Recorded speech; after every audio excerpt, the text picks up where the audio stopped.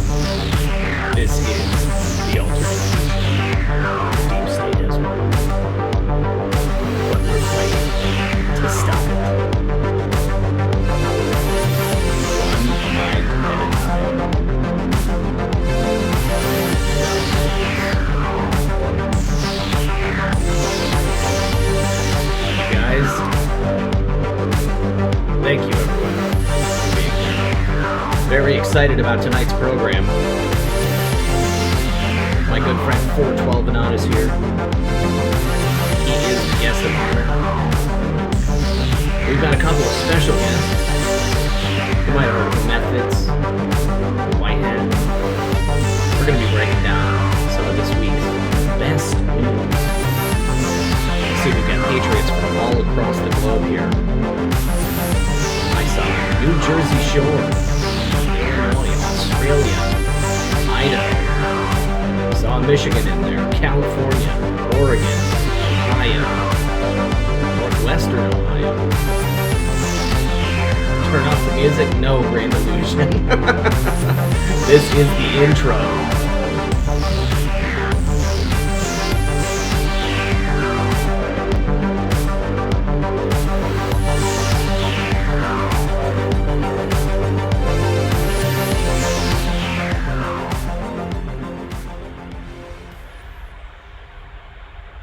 The music is just temporary, guys.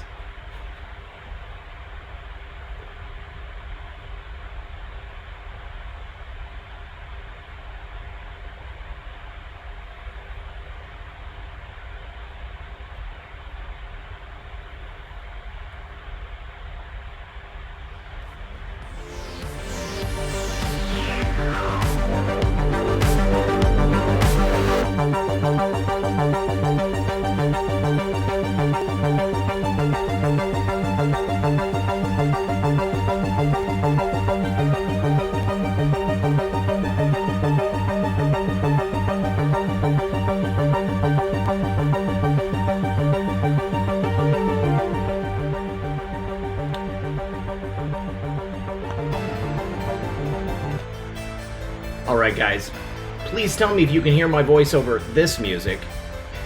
I'm on a mobile setup, so I apologize if the music was too loud. But really the point was I wanted you to hear that music because it's a really good song. You guys, tonight we have an excellent show planned for you. 412 Anon is the guest of the hour, and a couple of my friends are here as well. We've got Methods and White Hat. We're going to be breaking down some interesting news from this week. Hope everybody's ready for a great show. Now you can hear me. Good, you can hear me. All right. Well, I'll remember to keep that other music at this volume next time. Just want to say hello to everybody in the audience. I see people from Australia, Michigan, Ohio, Illinois, Idaho. Let's see. I don't know. Lots of other people around here. But listen, guys, we will be getting into so much news tonight, it's going to blow your mind. Some interesting things have taken place this week. All right, so please, you guys, without further ado, join me in welcoming our guests for this evening, 412 Anon Methods and White Hat. And I think that's not it. Hold on, I don't know which one it is. There it is. Everything's different. Everything's different. All right, please, Methods, how are you tonight, buddy? Hey, buddy, we'll get this going one way or another. But yeah, no, thanks for inviting me 30 minutes ago to be on the show tonight. Excited to be here. This is the product of a good conversation bleeding into a great potential live stream. So here we are, man. Thanks for having me on. You're very welcome. You're very welcome. And White Hat, how are you, buddy? I'm doing great. How's everybody doing? I'm doing well. Doing well. And please now join me in welcoming all three of us, the guest of the hour, 412 Anon from We the People Insider. What's going on, bud? Not too much, Red Pill. Thank you so much for having me on. It's great to be here. As always. We love it when you stop by the show, dude. You've always got great things to add.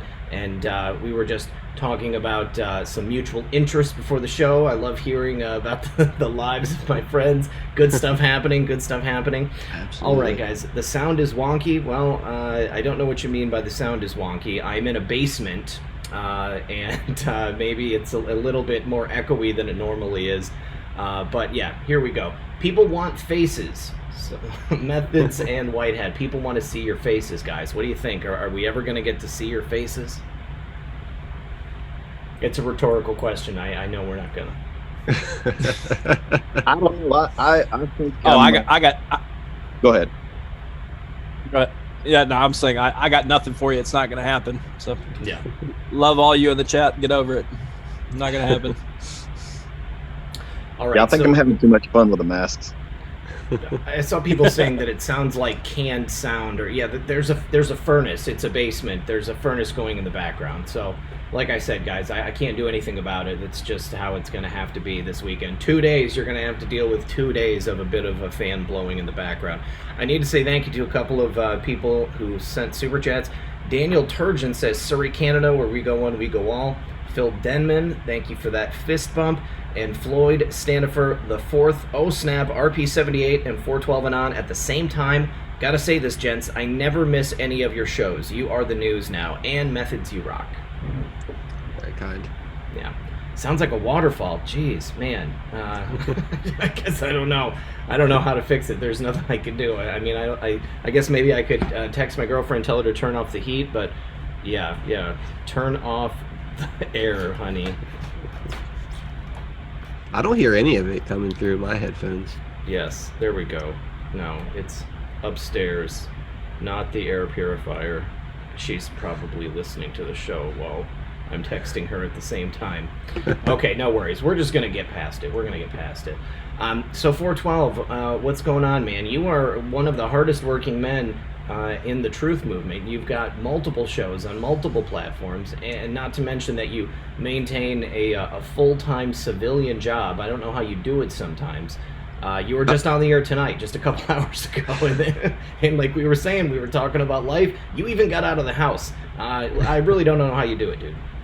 Yeah, I don't know either sometimes. To that point, I'm actually cutting down a little bit. I've taken a indefinite hiatus from Patriot Soapbox, so I'm not going to be hosting a show on there. Okay. For the foreseeable future. Hopefully I'll get back there in some capacity eventually, but right now I've decided to just focus on my channel, We the People Insider, and I still do an hour a week on 5x5, 5x5 network with my buddy Season Pixel. So I think you had on the show last week or a couple weeks ago.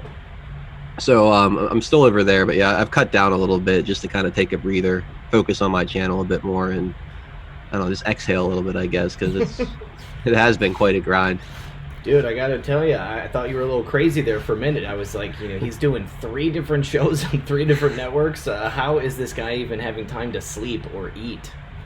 Yeah, it was overwhelming, and definitely was getting a little bit burnt out. But no, this is my first week of not doing the Patriot soapbox, and I got to say it does feel kind of good to have a few of those hours back to just kind of recharge the batteries a little bit.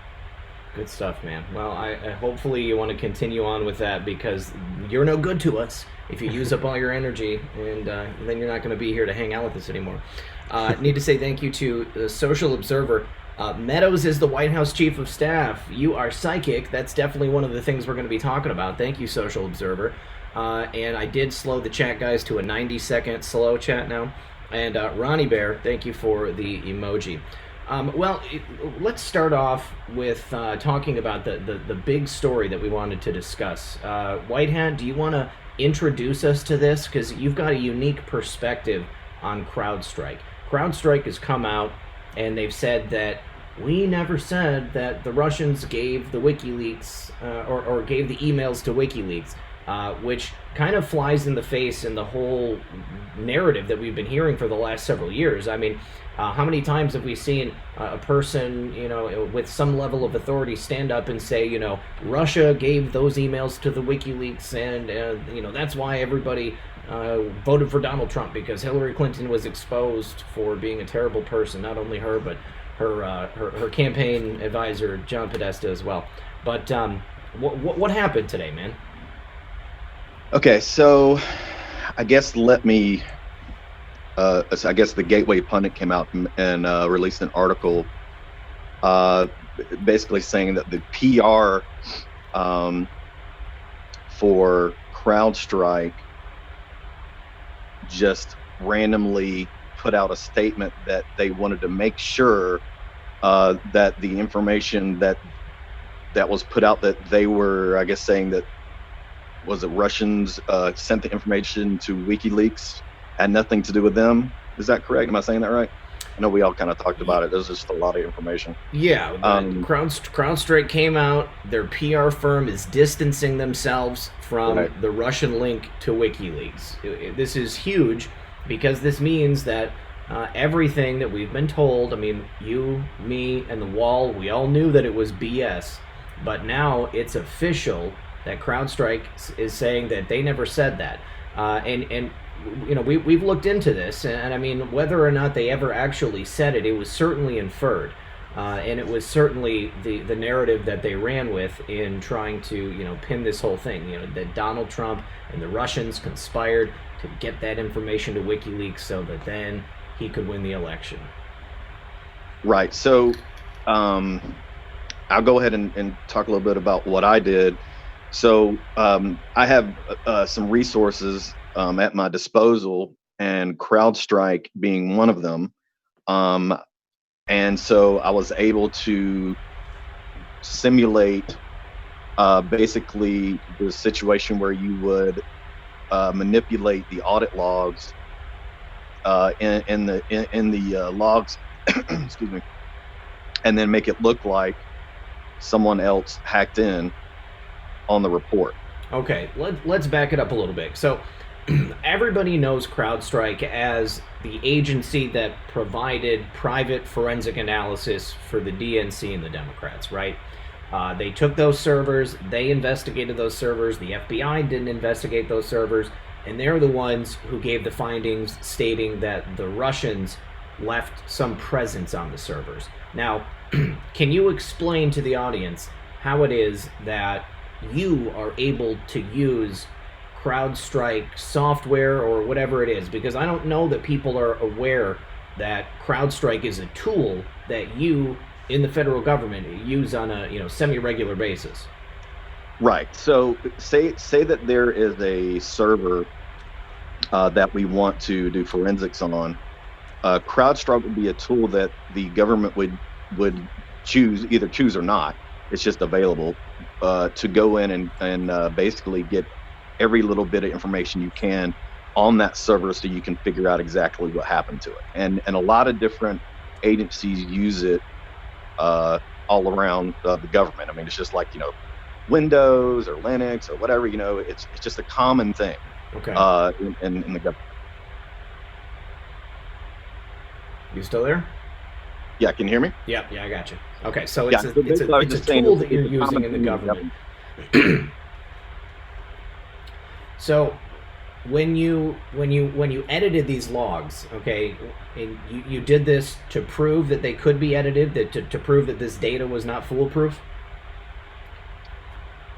Yeah, I basically wanted to simulate what our kind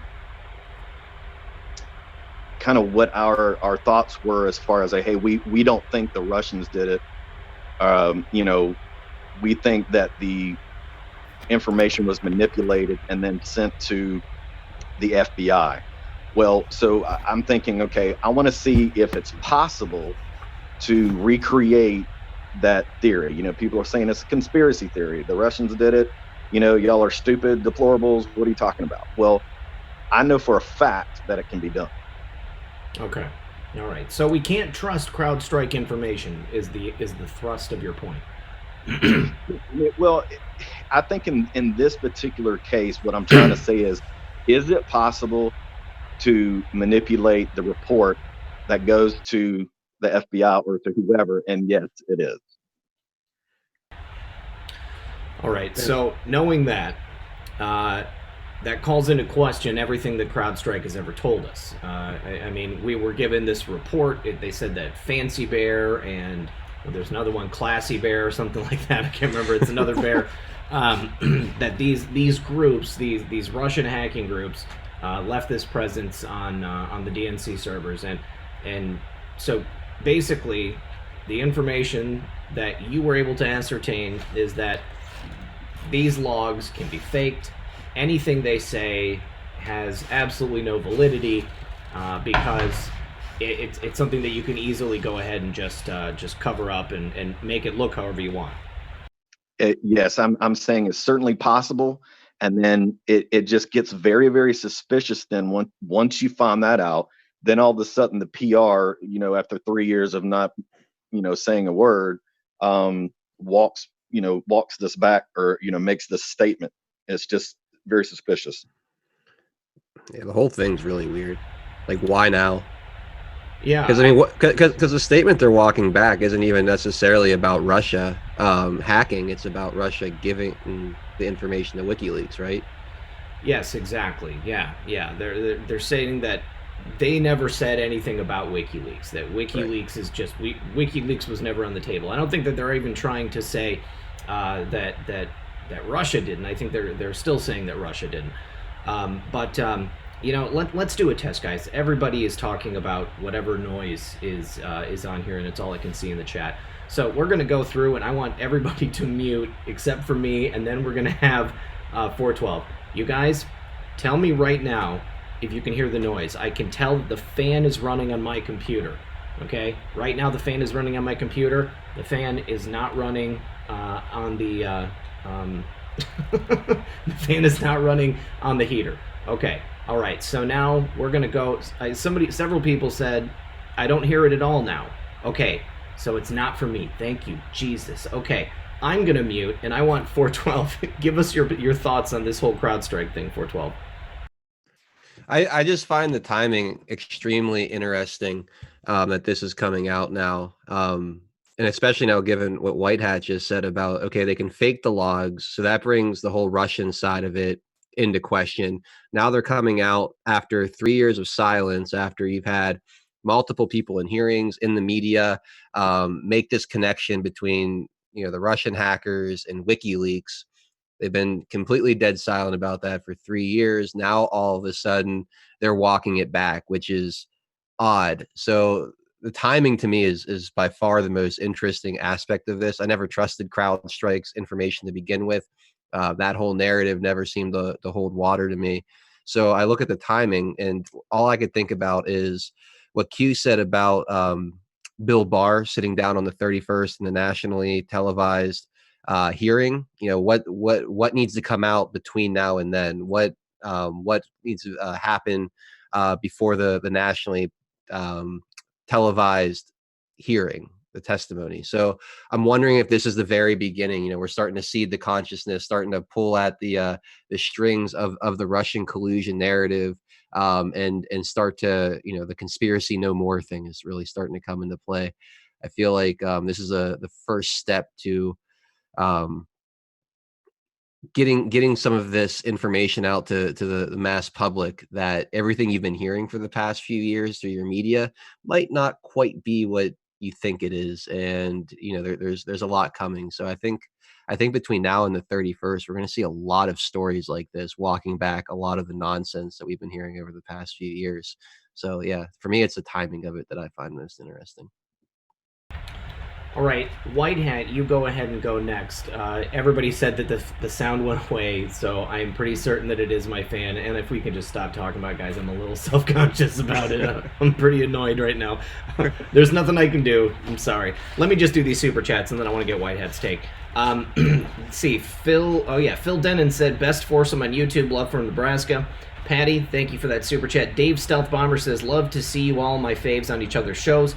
Still waiting to see Our Doctor paired with Tennessee Homesteader. Those are two people I want on this show. Definitely. Kate Pickram, thank you for that. And Florigio says, got pulled over by a police officer. I flew through a red light. Saw he checked my Q sticker on my car. I apologized, took a chance, said I was distracted because Red Pill 78 just dropped a video. He smiled, said drive carefully, and then said, where we go one, we go all. Boom! That is awesome. That is so cool. I love it. I love it, Floor. Thank you very much. Thank you very much. All right, sweet. White Hat, go. Okay, so I'm over here cracking up. So I agree with everything 412 just said. I think he said it pretty eloquently. So, I think about the timing as well. You have Barr about to testify, and you've got rumors that the Durham investigation will start wrapping up around spring or summertime, and I got to you just, then you start hearing JA rumblings. Man, you just got to think, something's about to drop, something is about to happen, especially when you have a PR firm for a major company like CrowdStrike having to put something out there like that. And I spoke on this earlier. The PR, from my understanding, they wouldn't have made this decision. It would have come from the top. So there's a reason why all of this is happening, and it seems a lot of stuff is unfolding. Well, do we have any kind of a specific timeline on when Julian might be coming back to the United States? I mean, do you have any idea as to where that whole extradition thing is right now? Well, that leans into May is the rest of, if I remember correctly, and the chat can help us out with it. They had the extradition hearing split up, and the rest of it is in May, which, if we want to follow the Q post, the June ETA kind of lines up on it. So that's why, White Hat brought it up, being, interesting that this timing is happening. The infamous 3-month rule of going ahead and getting ahead of the media, or talking about this stuff. When that happens, CrowdStrike is already trying to distance themselves. And we were talking about it. CrowdStrike during that time was the talking point for everybody on their side, being the reason why they can say it was the Russians, or a big part of it. So it's going to be interesting to see them have to walk back, and us bringing back old clips and making them deal with it is going to be definitely interesting to deal with. But yeah, it's the timing for sure. And for the fact that they're already putting this out for damage control, is curious. New Anon says, with you split even, you all look like a gnarly Brady Bunch. Thanking God every day for you all. That's funny. The Brady Bunch. That's us. All right. Hold on, guys. I'm going to try something else. Red Pill, can I say something real quick? Of course. Yeah, go for it. Hey, Ardoc, I see your message there. I haven't heard anything about CrowdStrike referring to Seth. I can give you my theory. The theory is that Seth went in, had a he went in with a stick, got the information from the inside, and sent it off. They found out about it, and so on and so forth. CrowdStrike, to me, would have only been used to provide the FBI with a manipulated document. I think that was their only role in it. Yeah, I think that, and to keep keep the upload speeds of the data away from the FBI, right? I mean, did they? I never read the CrowdStrike report, but They didn't even look at it, dude. yeah, they really didn't even look. Well, that's what I'm saying. Like CrowdStrike, by giving the server to CrowdStrike, they stopped the FBI from, looking into basically what actually happened. They kind of kept it private. So, well, what's interesting is that CrowdStrike just recently commented on this. They said, "Did you comply with the FBI's request for information? We've provided all forensic evidence and analysis to the FBI related to the DNC investigation as requested. We have never declined any request for information from the FBI related to its investigation, and there are no pending requests for information from the FBI." So, the FBI was complicit in allowing it to happen this way. So, they're not wrong. The FBI said, sure, we don't want to do it, which is obviously a very, very odd choice considering the high-profile nature of the case. But it's my understanding that they ended up taking the data from the server and sending that over with the report, but they didn't look at the data. But it doesn't matter anyway, because it could have been manipulated. At least that's my thought, is that it was manipulated along with the report. So even if they looked at the report and they say they put the trait, say they put things in there that made it look like the Ruskies were in there, they would have manipulated that at the data, at the audit logs, and then got the report after that, and then sent it to the FBI. The FBI just didn't get the physical box, and from my experience, it was very easy for me to make this happen. So I'm sitting here thinking they just didn't look at the data; they just looked at the report and took it for what it was. They could have also asked for the report to say that. We don't know how far CrowdStrike was okay with, complicit. It could have been, actively involved, or they were told, hey, this is what we need to see. Do it. At the very least, they were complicit. I mean, they went 3 years allowing people to talk about this handoff between the Russians and WikiLeaks, right? And never corrected it until just now when Durham's looking into this and everything. So I think complicit is at best. It could be worse. Sorry, Red Pill, I didn't mean to cut you off.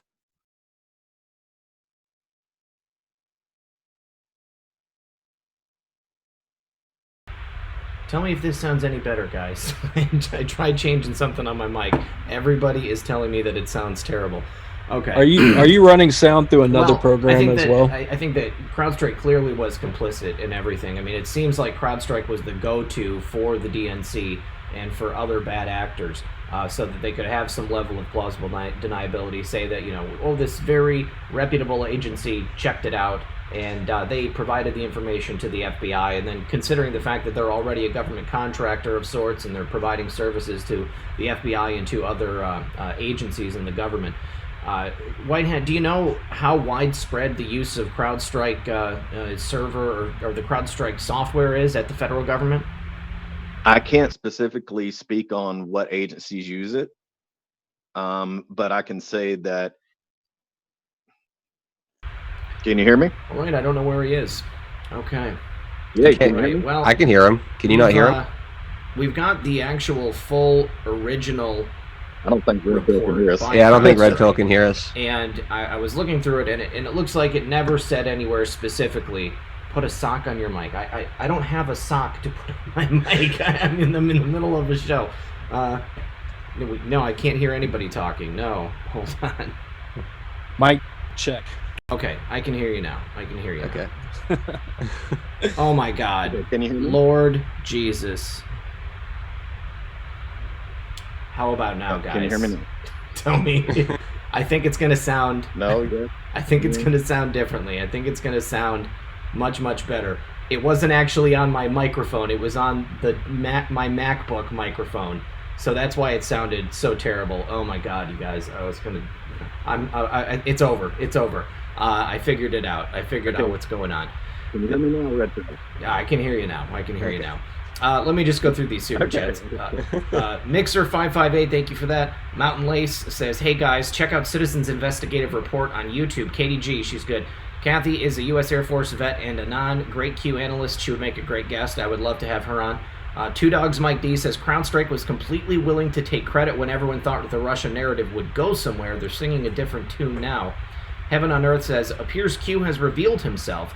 Check out Austin Steinbart YouTube videos. Very compelling evidence he is who he says he is. Baby Q. I am a little leery of anybody who says that they are Q. So, I don't know. We can look up Austin Steinbart for a laugh, but I doubt that if he's saying he's Q. Q. Have a conversation about that. You can talk about that? I have no idea who he is. Do you know who he is?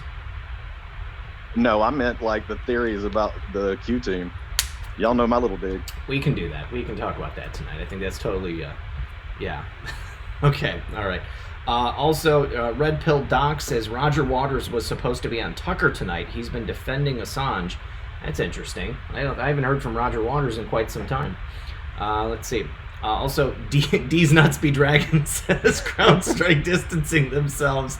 Trump admin giving out lawsuits for libel like candy. Sounds like they're scared. And breaking news, Red Pill's fan is loud but not unbearable. Thank you, D's Nuts.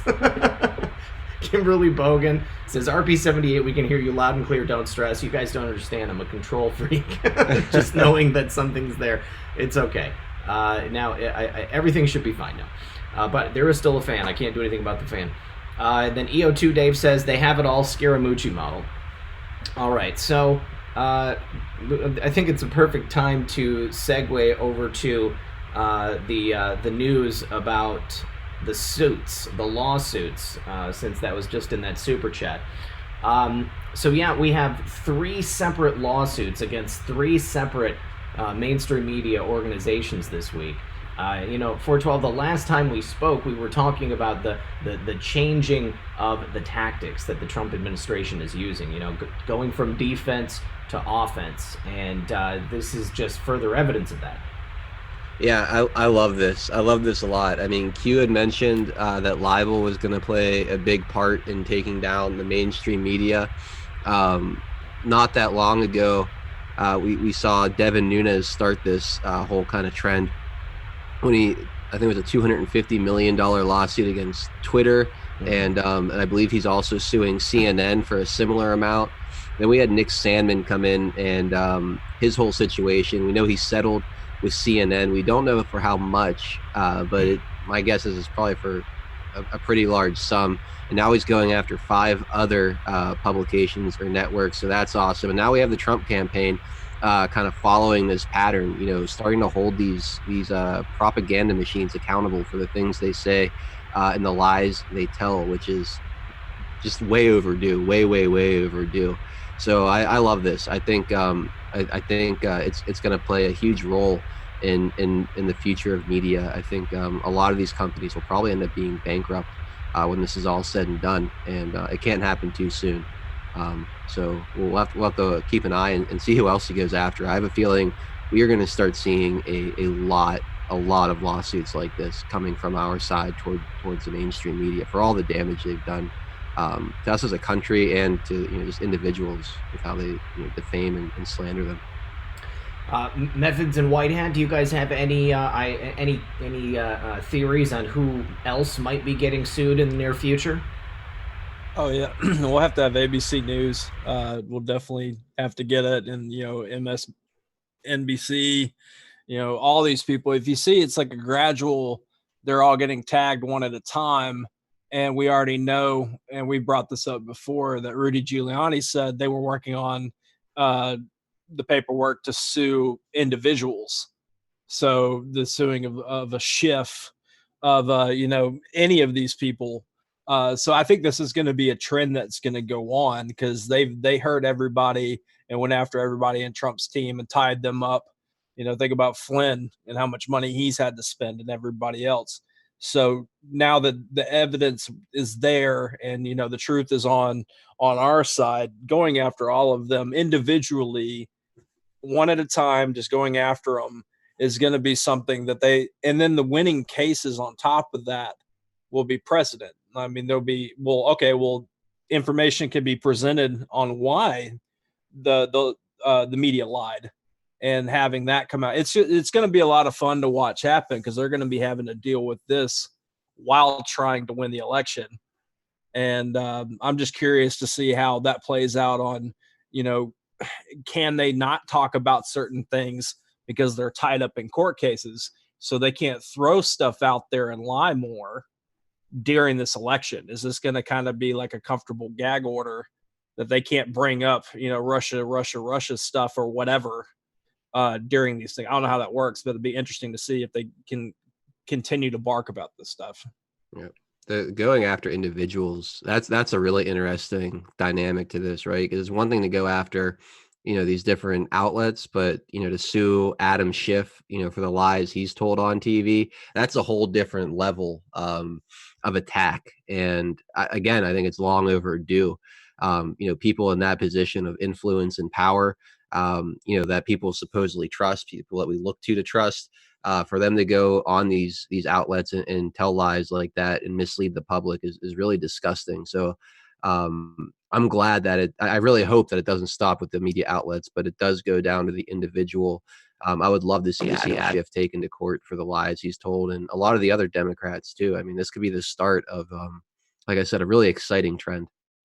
Well, I'm interested to see if Rachel Maddow is going to get a lawsuit against her, because she hammered the Russia narrative harder than any other reporter out there for a lot longer than anybody else did. I mean, even after it was officially disproven and everybody, can see what's going on, she continued to go ahead and nail it home. Yeah, she was insufferable for a lot of those days and nights during the Mueller investigation, for sure. I mean, I can't stomach all that much of her. It's hard to watch a lot of her, but I've seen clips where, I mean, the fear mongering is unbelievable. The way she would do it.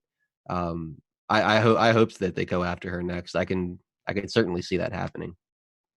What do you guys think about Chuck Schumer and the comments that he made this week out in front of the Supreme Court? I mean, he wasn't within the halls of Congress, so he could very well be liable, not civilly, but criminally.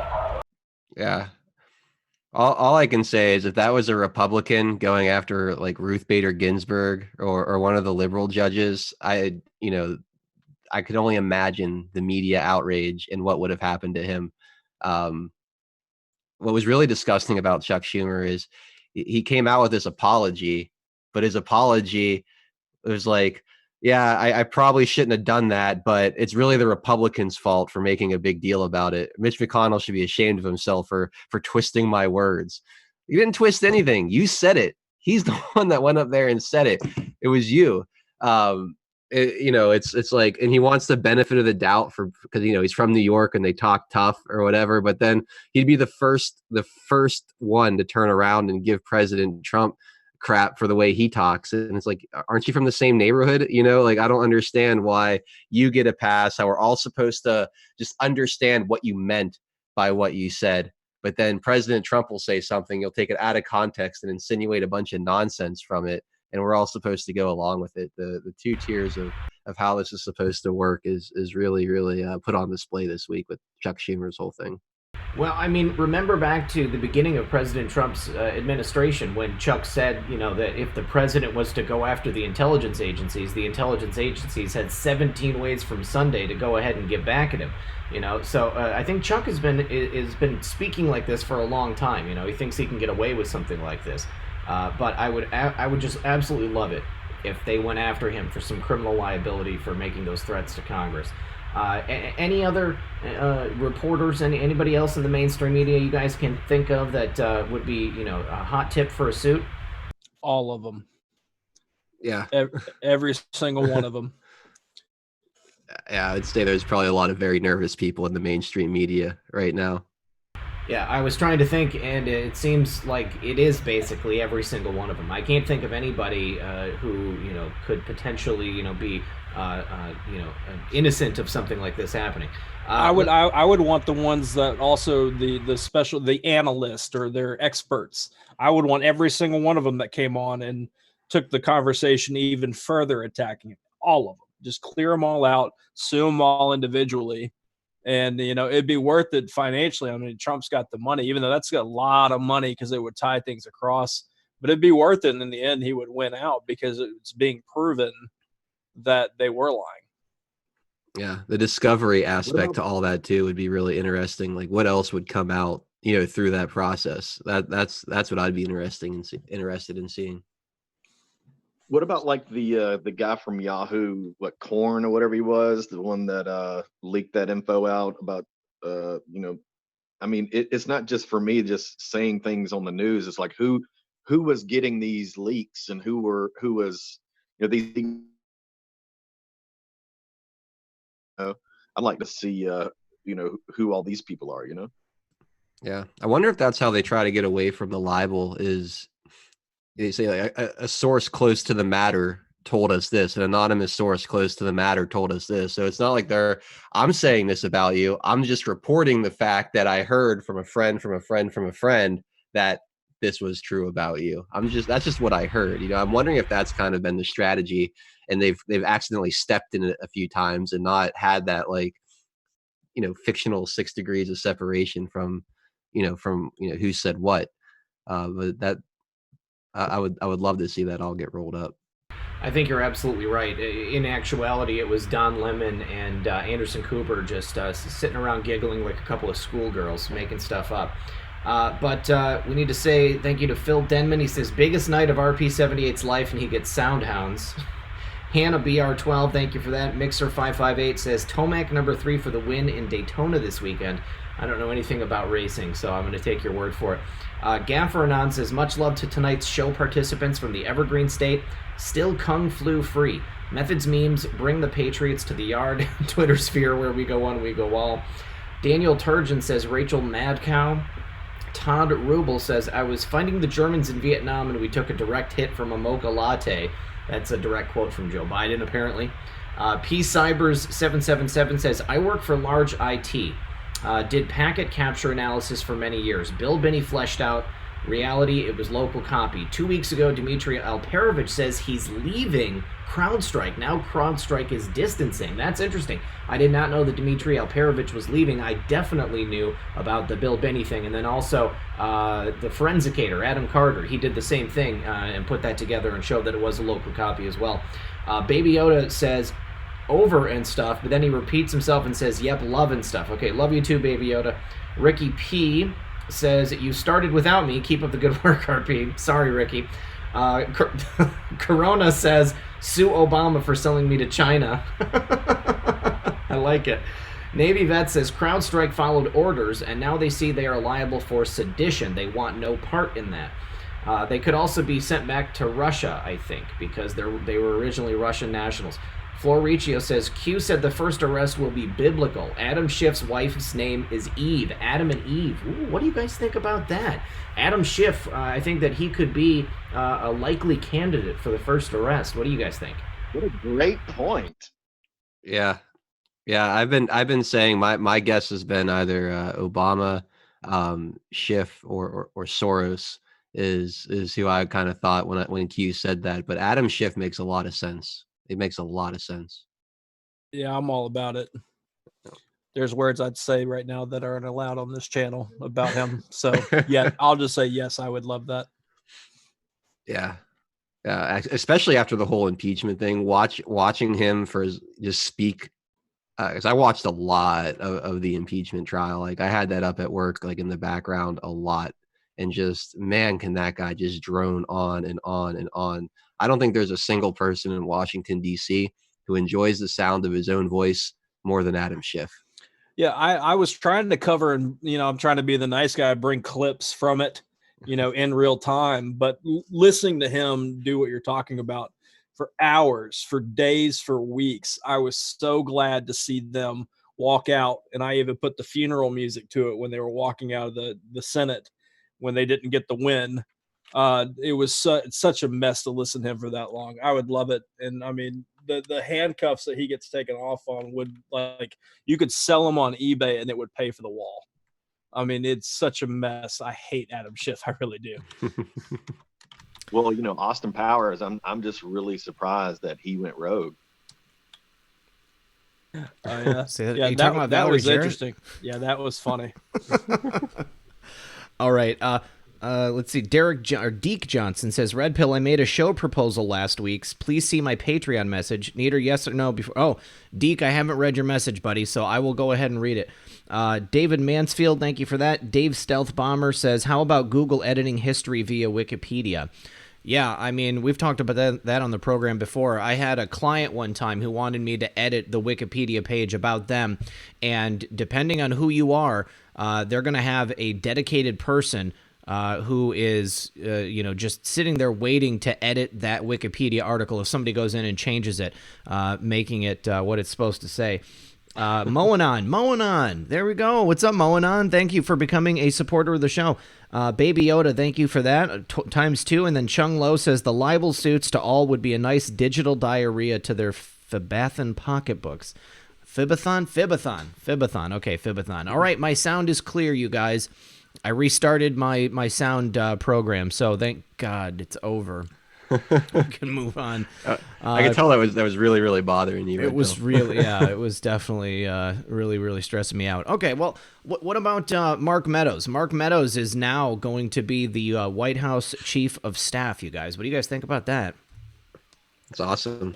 Mark Meadows has been, a bright spot in a very dark city down there in Washington, D.C. I've really enjoyed his work on, the various committees he's on. He always asks great questions. He fights for the truth. He fights for freedom. I think he's a patriot through and through. And I can't think of a better guy to have President Trump's back in the White House than Mark Meadows. Absolutely. I mean, we're seeing all these pieces getting put in place, kind of like how Q was bringing up. We get Ratcliffe over towards the DNI happening. We get Meadows with the chief of staff. We're going to have Speaker McCarthy. I'm going to just speak it into existence here.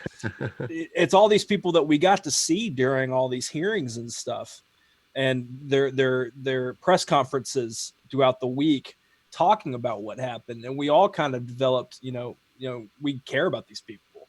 They're fighting for us, so we get to see it in real time.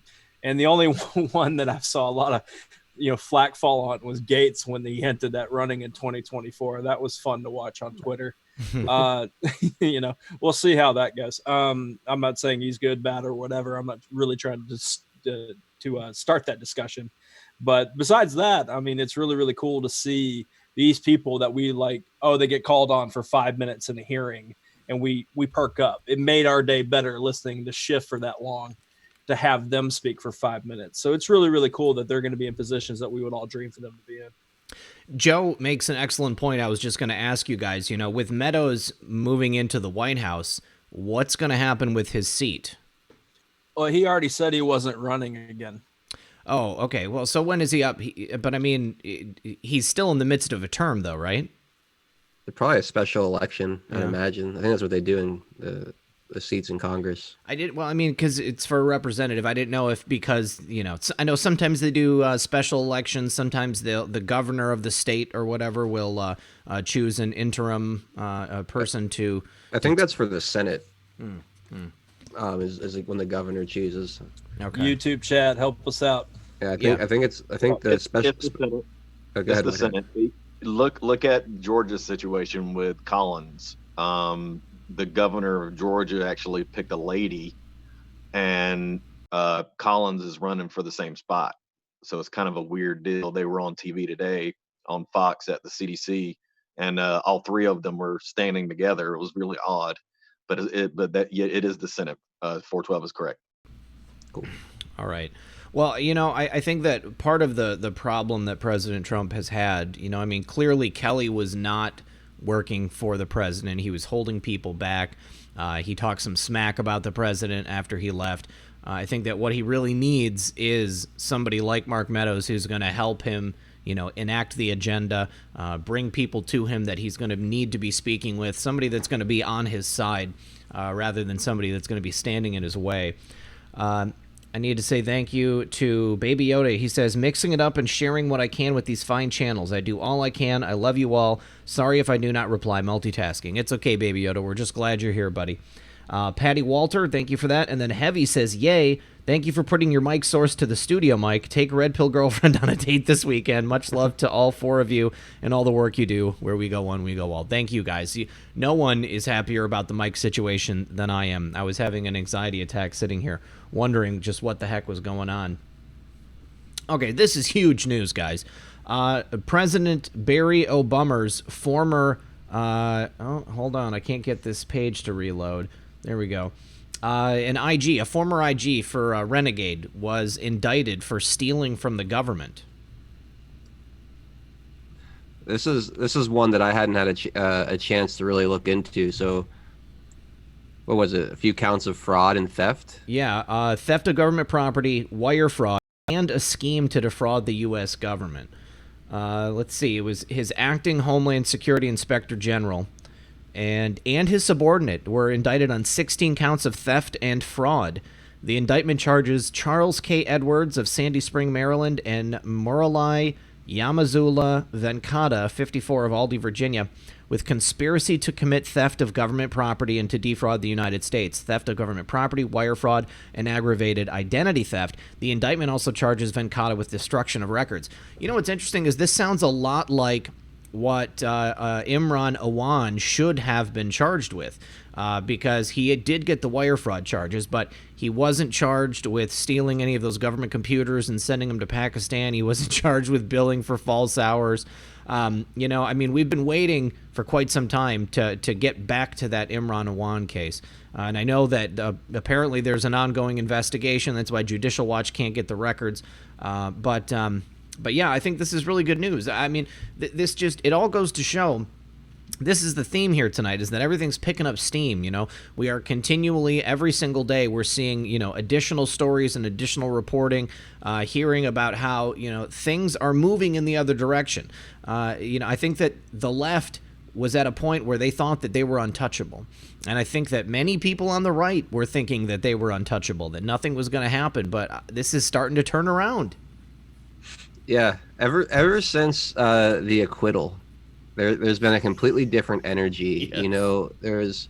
You knew nothing big was going to happen when the Senate trial was going on. It's just too easy for them to kind of spin whatever story into, oh, you're just trying to distract from your impeachment. Now that's gone. They don't have that cover anymore. They're out in the open. It's pretty hysterical to really kind of watch them squirm. And this is something I asked. I want to get your guys' take on this. I asked this on my show a couple of times. That's all right, Red Pill.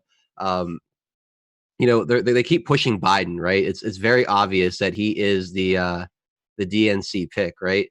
Do you think that they're forcing him down our throats because of the impeachment fiasco? I mean, that played so badly for them. The whole thing was about Biden being the political adversary of President Trump, and that was the whole reason he was talking to Ukraine about that stuff. Are they forcing Biden down our throats to allow that to continue to hold some credibility? Because there's a lot of vulnerable people in the House that are in districts that Trump had won that are not happy that these House reps voted to impeach President Trump.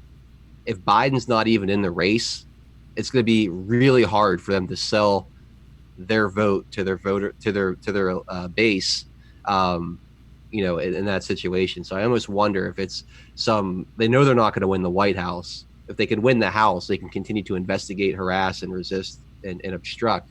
I'm wondering if that's just like a Hail Mary attempt to keep the House and keep some credibility to their whole impeachment narrative. Do you guys think that has anything to do with this ridiculous push of Biden? Because I can't for the life of me think of why they would want this gaffe machine as the face of their party, even for a month. I definitely think that that's part of it, but I think another larger part is that they truly don't have anyone else that could even come close to beating President Trump. And I think they know that Biden won't either. But they get along with it, they get holding off on this Ukraine stuff. They get the plausible deniability, saying that he's a political contender, and so therefore the president is going to do everything he can to stop him from it. Somebody made an interesting point, and I'm sorry your name has long gone, but what do you guys think about Scaramucci working for the Biden campaign. The Scaramucci, are they flipping the Scaramucci model? He just seems like he'll chase whatever check is biggest on that. But to 412's question, just let me chime in on that real quick. The idea that the Democrats and everybody uses is the narrative, right? They have to control the narrative. And Biden was the VP and point man of the Ukraine stuff, but we're talking about all the corruption that they were doing. The business as usual government. We have Biden running. Obama can't run. They have Biden. So having him in the race and looking relevant, even though he is the weekend at Bernie's, just getting through this whole thing, it's almost sad, but he is a dumpster fire. But having Biden in the race at all and looking like he could win any of that corruption investigation stuff by would-be Republicans looks like it's trying to steal an election. So having him propped up now, if they have Bernie come in, Bernie has already been screwed by the Dems. If Bernie wins the nomination, they have nobody. There's no argument on investigating that stuff because, Bernie would probably just let them all burn. He wouldn't care. So I think to your point, 412, it is interesting, of course, to try to win the House seats and all that stuff. But I think it's the bigger play of them trying to keep the old guard and the old way of life, there and not have it exposed. Oh, that makes sense. Hey, can I chime in a little bit as well? Please. Actually, the tail end of what Methods was saying was going to be my point. I think if they know for whatever reason, if Biden wins, it'll be business as usual. So all the little backdoor deals and the money that gets exchanged in the different countries. I mean, it goes back to the way it was, and people are getting rich off of the American taxpayers. What do you guys think about the idea that Michelle Obama is going to jump in the race, or that she'll be Biden's VP? Because I think that Biden did make an allusion to Michelle as a VP. I know that she's out on the campaign trail right now. Dave Stealth Bomber says Big Mike is testing the waters. Quasi-campaign trail. Biden is the door. Then Denise also said that she sent a private message on Twitter. I'd love for all of you to give me an opinion on it, please. It regards Michael Obama's eligibility to run for office this year. I know that I have heard that she's ineligible to run for office, but I don't know. It was quite some time ago that I reported on that. But what do you guys think about Mike as a running mate to Joe? I don't think it's likely. I don't see why. You're not going to beat President Trump. And I feel like Michelle Obama is someone they have plans for in the future, maybe 2024. Why would you put her through being on the same ticket as someone like Joe Biden? That's not going to help her in any way. Why would you have her go up against Trump and 1,000 people? Damn it. We bring up Big Mike. Now it says excellent connection. What's going on in this world? We need to make a code that, like, when we talk about Obama and Big Mike, we talk positively, but we mean it backwards. Right. Okay, hold on. I can hear you guys talking on the stream. Sports ball. Yeah. All right, I think that we should be live again now. Now it says no data again. Well, excellent connection. All right. I see myself. Chat, can we please get a 5x5? We lost internet connection talking about someone in particular, so we're going to have to watch what we say in the future. Hang on. Let me... Oh, and just let me say, too, before you get into anything else, anything that I say on this show does not represent the federal government. Sure. It's just my opinion. Just letting y'all know. Yeah, what kind of text message did you just get? All right, it says excellent connection, and it looks like we're back. All right, 5x5. And our viewer count is climbing. Good stuff. All right. Thanks for sticking around, everyone who did. I appreciate you guys for not bouncing off. We did lose about 1,000 people, but, well, whatever. No problem. Yep. Well, I also wanted to talk about Mitt Romney, since we're talking about the Ukraine. Mitt Romney did end up voting for the subpoena on the Biden-Burisma documents. That was a surprise to me. Yeah, Mitt Romney's been a real thorn in the side, since he's been in the Senate. Big mouth, always throwing shade at President Trump. He voted to remove President Trump during the impeachment nonsense, which is completely ridiculous, to the point where I think some state legislators in Utah were even considering recalling him. Wish they would have moved forward with that. That would have been quite a message. They didn't. He's still there, and he has connections to either Ukraine or Burisma, doesn't he? Mitt Romney. He's one of the guys with his hand in the cookie jar. Yes, one of his top advisors, Joseph Kofer Black, was sitting on the board of Burisma at the same time as Hunter Biden. So any investigation into Burisma will inevitably lead right back to Mitt Romney. So wasn't somebody saying, you guys said earlier that they voted to make it a closed door session rather than open, so that the public isn't going to learn about whatever it is that the Congress does? Yeah, that's why he changed his mind. Yeah. Yeah, he was pretty quick after that change happened. Man, he's a punk. I'm gonna say it out loud. Hey, yo, Mitt, you're a punk, bro. He is a punk, and this kind of thing just makes my blood boil. This closed door session, open door, like what gives these people work for us? Like what gives them the right to hide this information from the public? I mean, granted, I'm sure it'll come out eventually. But we're sitting here as Joe Biden, right? Joe Biden is leading one of the major parties here as a potential nominee to run for president of the United States, and they're going to hide these investigations, these hearings behind closed doors where the voters can't see them. It seems, I don't know, it drives me insane. It's like us little people are just lucky enough if they give us anything at all.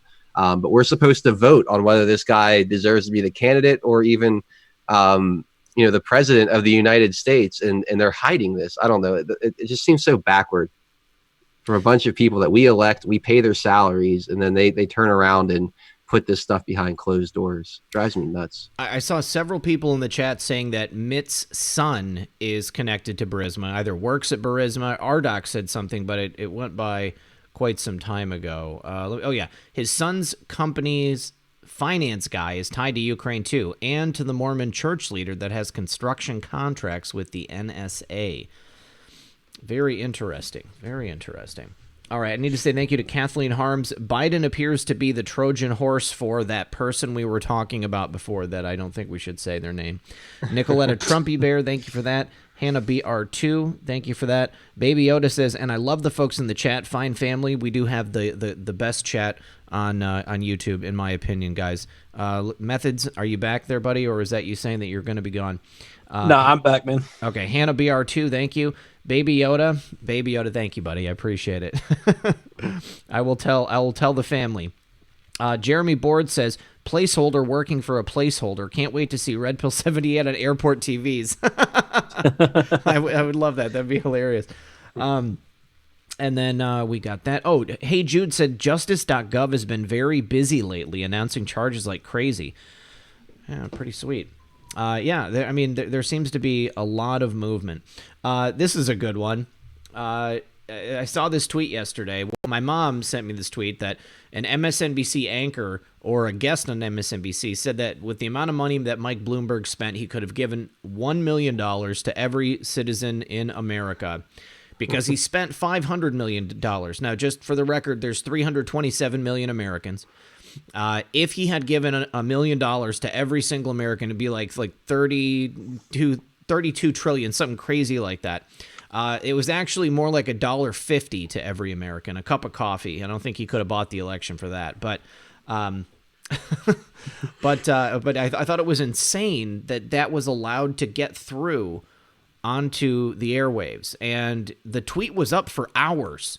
Okay, it had maybe like 100 or so likes or shares when I saw it.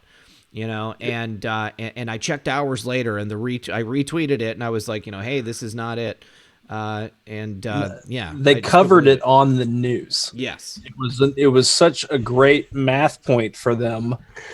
I'm sure Yang was losing his mind laughing about it at home, but yeah, they covered it on the news, and they're like, yeah, it's airtight.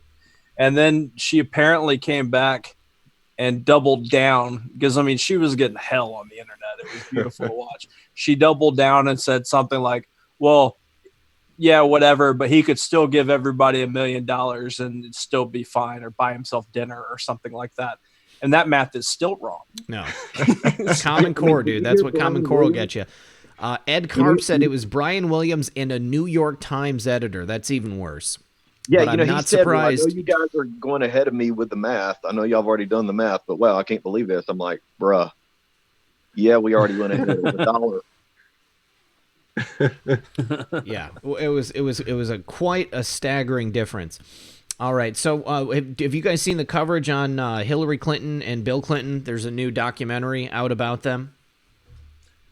I've seen that it exists. I have not had the pleasure of watching it yet. The little bits that I have heard about the whole Monica Lewinsky thing is pretty hysterical. Apparently, he had the affair with Monica because of anxiety. Yes. Because of anxiety. Yeah.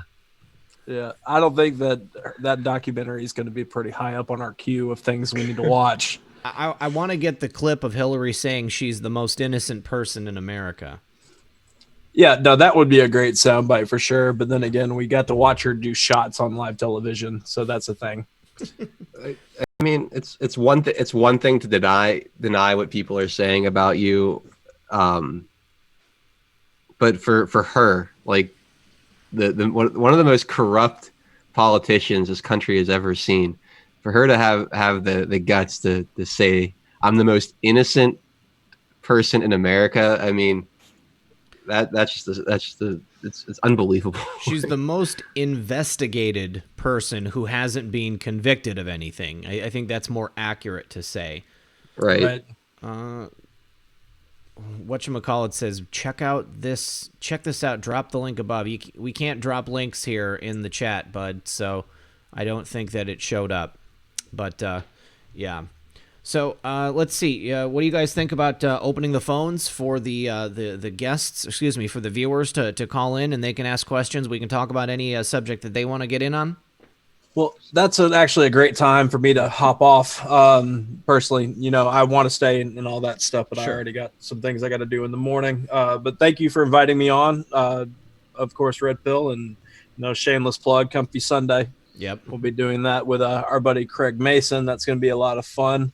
White Hat, great having you on here. We both found out pretty quickly that we were going to be on tonight.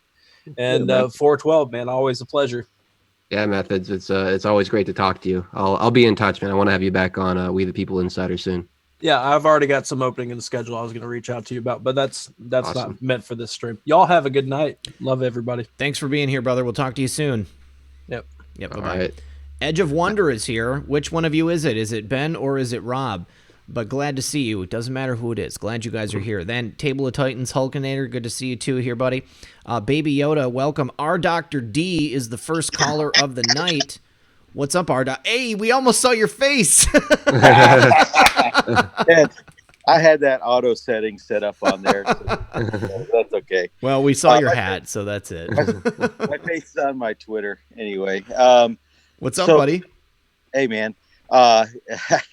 So the other night when we had our little show with Jason, I did talk about Alperovich at the very, very end there. I know you had to drop off early. It was really late for you anyway. And we went through some of his tweets, and there was a woman named Vera Zakim. She's a former CIA intern, probably still CIA. And what they were digging into was him coming aboard to be part of this policy accelerator group that was basically going to push and lobby, the government for strategy, policy, software approaches, security approaches for the U.S. government to use. So the technocracy is in full mode to push, CrowdStrike, Chiron with Isabel Maxwell and all that stuff.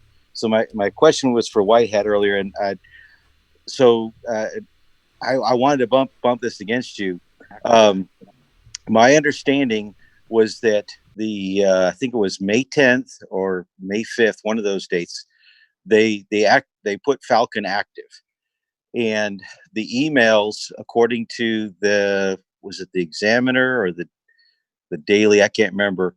One of the newspapers went through all the WikiLeaks and looked at the email dates, and all the email dates, like 80% of them were after Falcon went active. And what they were pushing in the news at the time was, I think on June, was that CrowdStrike was supposed to prevent the exfiltration.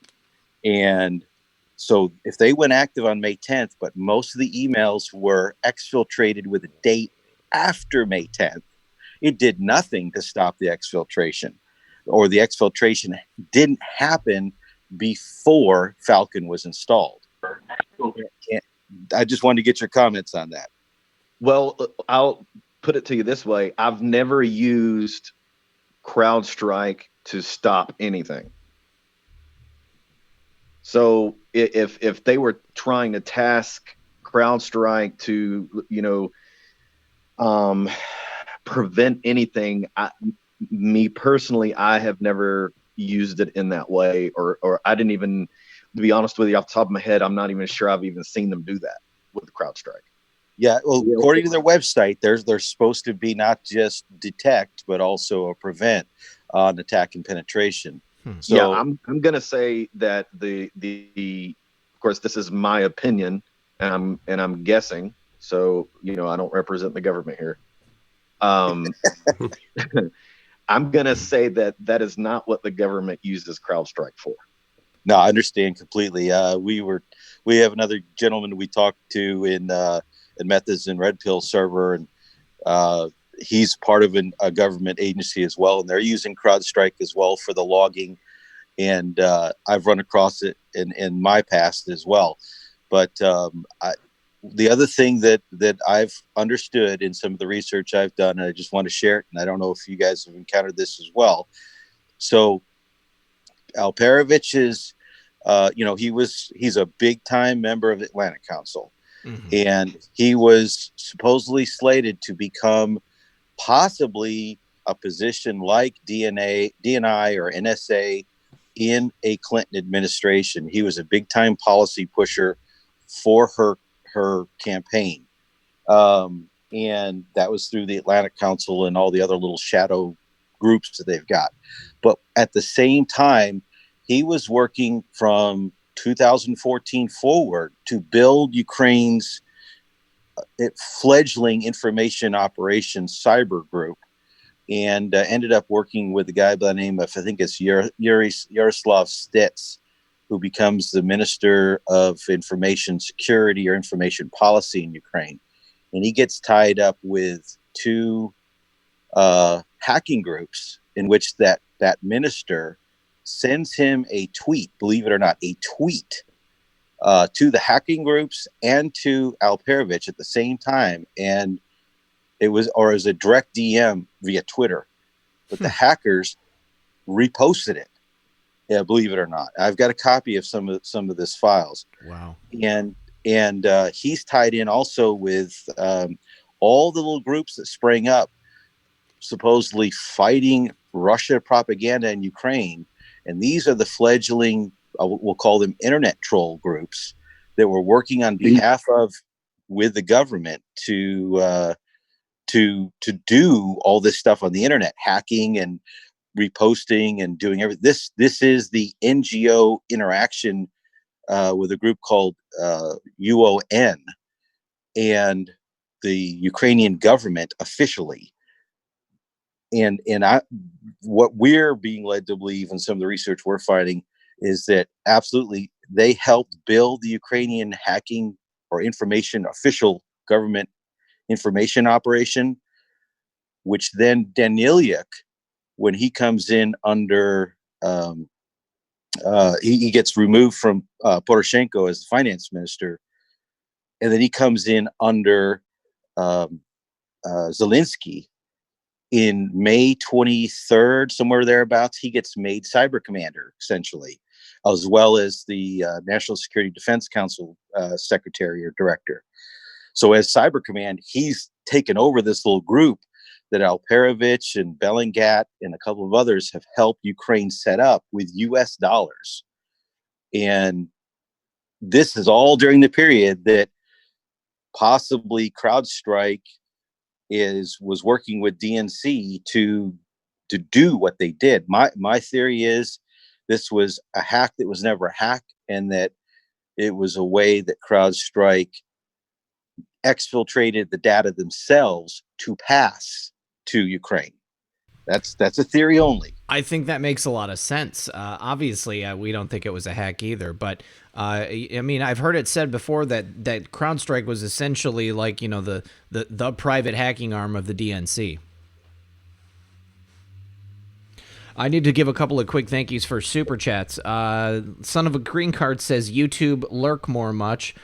Kathleen Harm says Biden appears. Oh, we said that one already. Baby Yoda, thank you for that. Bob Ayala, thank you. Patricia Furlong, thank you. Hilarion the Demon NDS to go. That's from Patricia. Adam14041 says, if the first arrests are going to be biblical, start watching this Monday as Purim begins. Read the book of Esther in the Bible. And Jennifer Raymer says, keep up the great work. And Baby Yoda, once again, thanks, buddy. I appreciate that. Appreciate that. All right, guys. Appreciate it. Great show, Red Pill. Thanks, Methods. Nice to talk to you guys tonight. Have a good one. I'll watch you. Thanks, our doc. We'll talk to you soon, brother. Yep. All right, peace. Thanks, guys. All right, let's see. Who's up next, guys? Who's up next? We've got Iola, I believe the name is. Iola, are you there? It looks like we are waiting on the microphone to, or is it just Lola? Maybe it's just Lola. I was thinking that the I was a capital, but it looks like it's a lowercase L. Lola makes a lot more sense than Iola. All right, sweet. Hello. Hi, Lola. How are you? It's or is it Iola? It's neither. Who is it? Oh, this is Denise. You got Gotcha. me. Gotcha. What's going on, Denise? Well, I'm sorry if I helped shut your show down earlier with my question. Nah, it's okay. You never know what could have done it. I'm sure it was any number of things we said. No, but it's something that's been bugging me since I saw it about a year ago, first time, when it popped up. White hat, where's your Zorro mask? Yeah, I got to order one from Amazon. I've got another set of masks coming in that I got to use here soon. Yeah. Okay. Update on Assange. There's nothing coming out yet. I know they're saying the court case is due to run through until May, but there's nothing else coming out at all. It's been very quiet on that front. Our new Home Secretary, Priti Patel, is upsetting all our civil servants. She's shaking up MI5, MI6, and all the intelligence services because she's making them do the job. So they're trying to bring her down, but Boris isn't letting her.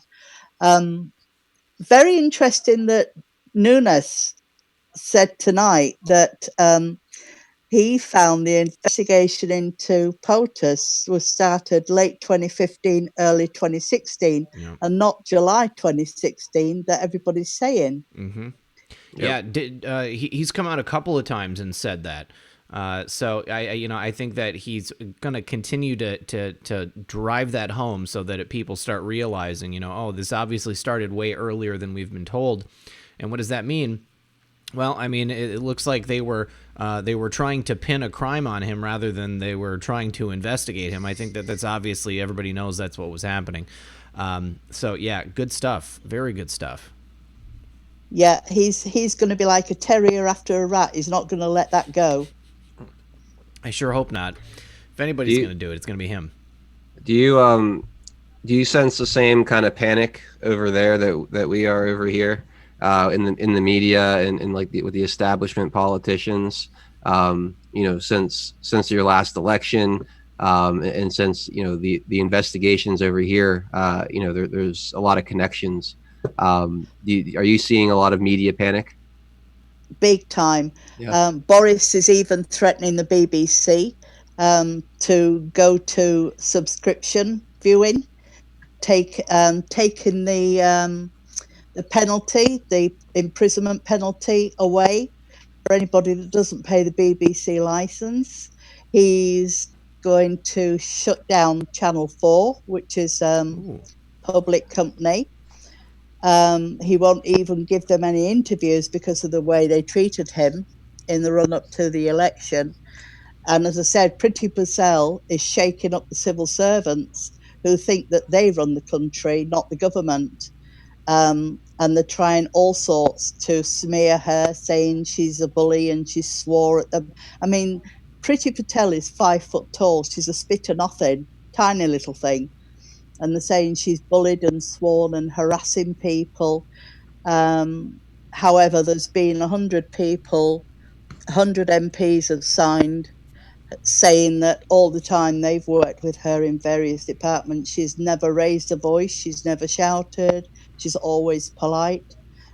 Even in the House of Commons, when she's answering questions or if she's being interviewed, people interrupt her and she just sits there and listens to them and then tries to carry. She doesn't raise a voice at all, ever. House of Commons, that's the one where they typically yell at each other, isn't it? That's the one, yeah, the green benches. The green benches, yeah. So, yes, and of course she's introducing this Australian-style point system for anybody wanting to immigrate and cracking down hard on this early release of terrorists because, as you know, one was early released and immediately, within a few days, went out and stabbed people on the bridge. Yeah, that's a pretty smart idea. So she's doing really well, and this is scaring the pants off a lot of the civil servants. So yeah, that's it. That's all I wanted to say. Gotcha. And all right. Where's your Zorro mask, white hat? All right. Thank you so much, Denise. I appreciate your call. Thanks for the info. Love you, Denise. You're welcome. We'll talk to you soon. Bye. Bye-bye. Have a good night. All right, 2 awesome calls so far. Incredible information about Ukraine from Ardoc and incredible information about the UK from Denise. Let me see. I need to give a shout out to Australia from Julia for Freedom. Thank you very much, Julia for Freedom. Red Pill Doc says that George Webb said on his channel that CrowdStrike's primary purpose was doing countdowns for missile systems. I don't know if White Hat, can you comment on that at all? Sorry, say that one more time. I'm screaming at my child. Red Pill Doc says that George Webb said on his channel that CrowdStrike's primary purpose was doing countdowns for missile systems. I mean, maybe. I have no idea. All I know is in my scope for what I do, we just use it basically for a forensic type tool. And just like the CrowdStrike report in on the servers, we get a report, and then we take that report and go forward with it with mitigating vulnerabilities or doing whatever we need to do with it. But as far as that other stuff, I'm not 100% sure. Okay. It looks like my friend Quite Frankly is in the audience as well. Look at that. Everybody shows up on the night that everything goes wrong. Thanks, guys. Don't watch the first 30 minutes of the show.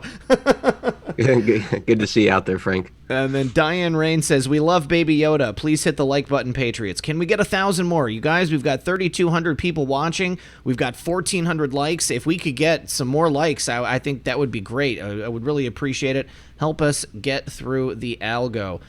Who's coming up next? Aaron, my good friend and often caller. Aaron, are you there? I don't see you, buddy. Yes, I'm here. Oh my! I got the slider. Nobody's spying on Aaron. No. Good stuff, dude. What's going on, man? I have to cover my toaster too. Getting outrageous. I want to thank you, digital soldiers, for all the heavy lifting you guys do. You guys are amazing, and it's way beyond what I can comprehend with this whole Q thing. But I've been following it since the beginning too, but not quite as closely, maybe not as critically as you all. I wanted to get your opinion. What do you guys think about the Q clock? Is that something real? Does it really work? Or I mean, I can speak for myself. I mean, I have seen too many things line up on the Q clock for it to just be coincidence. You know, I've said many times on the program, I think that they've wargamed this stuff out for years in advance. I think they know moves that they need to make, you know, on days and times. And so, yes, I think the Q clock is real. You know, 412, what do you think? I'm kind of with you. There has been a lot of stuff that's been really interesting that's lined up on the Q clock. Q's never confirmed it himself, I don't think officially. So I'm not 100%. You know, I don't want to go out and say I'm 100% sure it's like a legitimate tool. But I will say that I've seen a lot of people do a lot of really interesting things when they line up the posts that happened on those days. They kind of line up or mirror each other. I mean, you could fold that thing a number of different ways and get overlap, right? So, Yeah. You know, I don't know what level of that is planned out to that, you know, specific tool there, but I do find it really interesting. I always like to see people try to, you know, line things up on it and get some additional insight. But I wouldn't use it as any way of predicting the future. Let's put it that way. Yeah, I you know, Techmaster Q, who runs one of the aggregator sites, says that I think it's real. It's just not aligned correctly. And I think that's very possible. You know, because some days, you know, it's you know, you look at a whole row and it's the same theme. You know, over the couple of years. You know, it's pretty incredible. But then other days it doesn't necessarily. So, you know, who knows? Because Q hasn't confirmed it. It's all a guessing game. It's spitting in the dark, but it's still fun. Who made, like, I wonder who like came up with the Q clock? Like, who decided how big this circle was, how many, like, that's it's just kind of, yeah. I feel like you could have done that a number of different ways and, you know, things would line up differently. So I wish I kind of knew more about its origins, I guess. There used to be like an original website for the person who made it. Techmaster might know who the original person was. It was, you know, a long time ago and it's gone now, and used to be like an executable you could download to run on your computer, but I don't know if they're still doing it anymore. Gotcha. Two more quick things. Map, Q said early on, meant minor attracted person. Follow the map. Follow the minor attracted person. I think that we figured out that map meant that. I mean, I don't remember. 412, you know, did it actually say that in one of the posts? That sounds familiar. I just remember at one point figuring that out during the whole Italian food gate thing. You know, follow the map. Yeah, we got to be real careful. but yeah, I'm trying to remember. Can you pull that up at 412? Are you searching? I'm trying to, yeah. Yeah, because I know it says map, but I don't know that it actually that it was ever confirmed that was one of the things. I think it's one of the things that it could be pointing to when you're looking at, you know, people that are involved in that stuff. But yeah. Hey, Redpo, can you hear me? So it's interesting. He says it. Yeah. Was that you, White Hat? Yeah. Hey, sorry. I was just gonna throw in my 2 cents. When you look at military planning and you look at how they would want to go about doing all this, it would be silly to have a clock or some sort of map or anything like that would telegraph their movements. And certainly, or you could have it and have it deliberately wrong, because I would never expect military intelligence or whoever the Q team is to you know, forecast what their moves are going to be. But that's just my thought. It's a good point.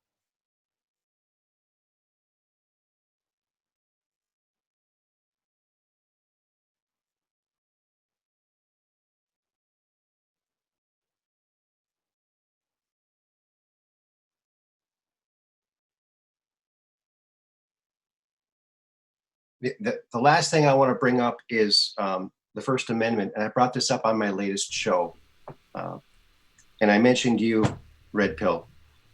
You know, this is America. We shouldn't have to make up words because the platform is censoring certain words. It's America, not China. Hello. Yeah. Right?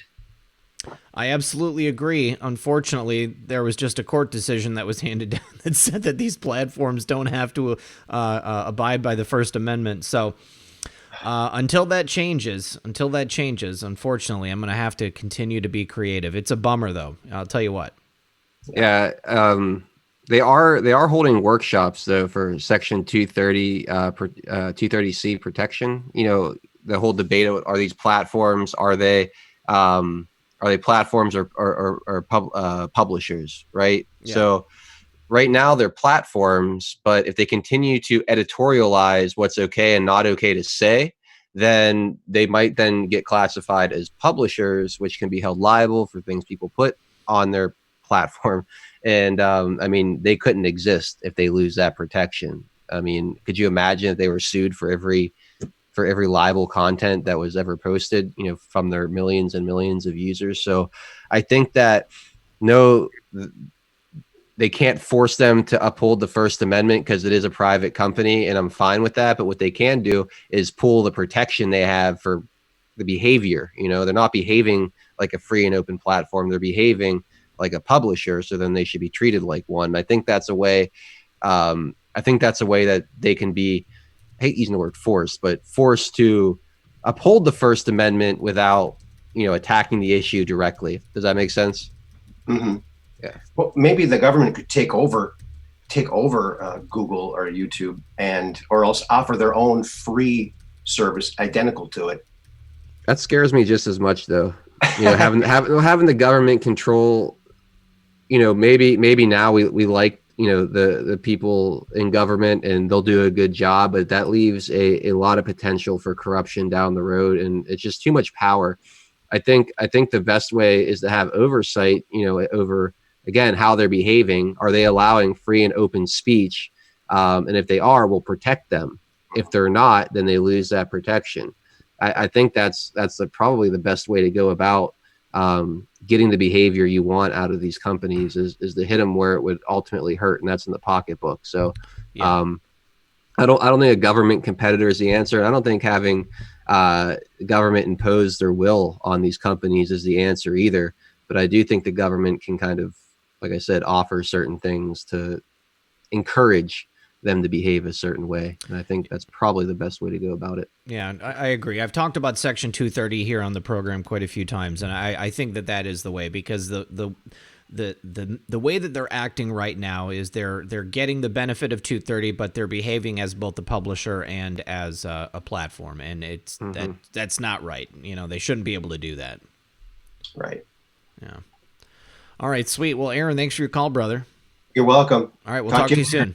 Have a good night. Peace. Good night. Thanks, guys. Yep. All right, so need to say thank you to Rain. Rain says, destroy destruction. Thank you for that. Scott says, you the man, Red Pill. Thank you for that, Scott.